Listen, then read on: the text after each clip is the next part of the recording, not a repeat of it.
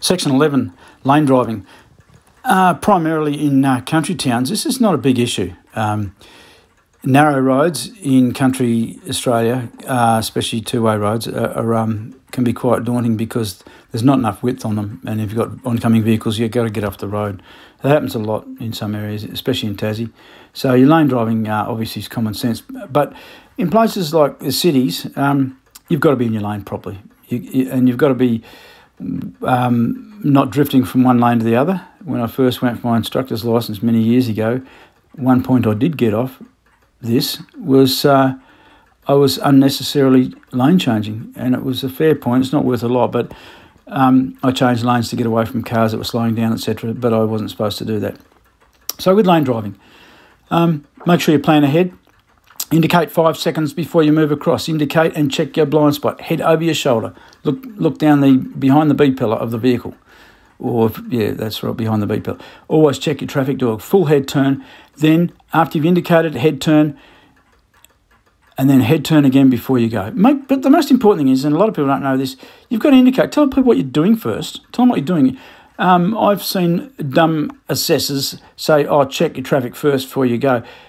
You don't. You tell everyone, hey, I'm going to change lanes and I need to do this. So by saying that, by indicating first, you're telling them, this is what I intend to do. I intend to change lanes. Otherwise, you'll be sitting there forever, checking. It doesn't work like that. You've got to indicate. Tell everyone what you're going to do. And eventually, you'll have a gap to get in there if it's busy stuff. So that's a really important part of lane driving. Unnecessary lane changing is something that you don't want to be starting to do. There's no point. Also, nowadays, you've got the automatic lane detection in modern cars that beep if you go out of your lane. Anyone who's stupid enough not to sit in the correct lane doesn't deserve to have a licence. And here I am thinking about St Mary's Pass where I live. There's a 10k section of road that there's a solid white line in the middle all the way, and these idiots go across the solid white line all the time. That's as good as pointing a gun at someone's head, I'm afraid. You do not do it. If you can't stay in your lane, you're going too fast, or you're not concentrating, or you just can't drive. Simple as that. Also, checking traffic when changing lanes, obviously I've just mentioned that, and don't use the wrong lane. Obviously, if you keep to your left all the time, but if you're in an 80 zone and beyond, 80 and above, you can be in either lane you want to. An 80k lane, 80k zone or below. If that speed's 80 or below, you can be in either lane. It doesn't matter. But after 80k's, this is the law in Australia at present, then you've got to be in the left lane unless you're turning right.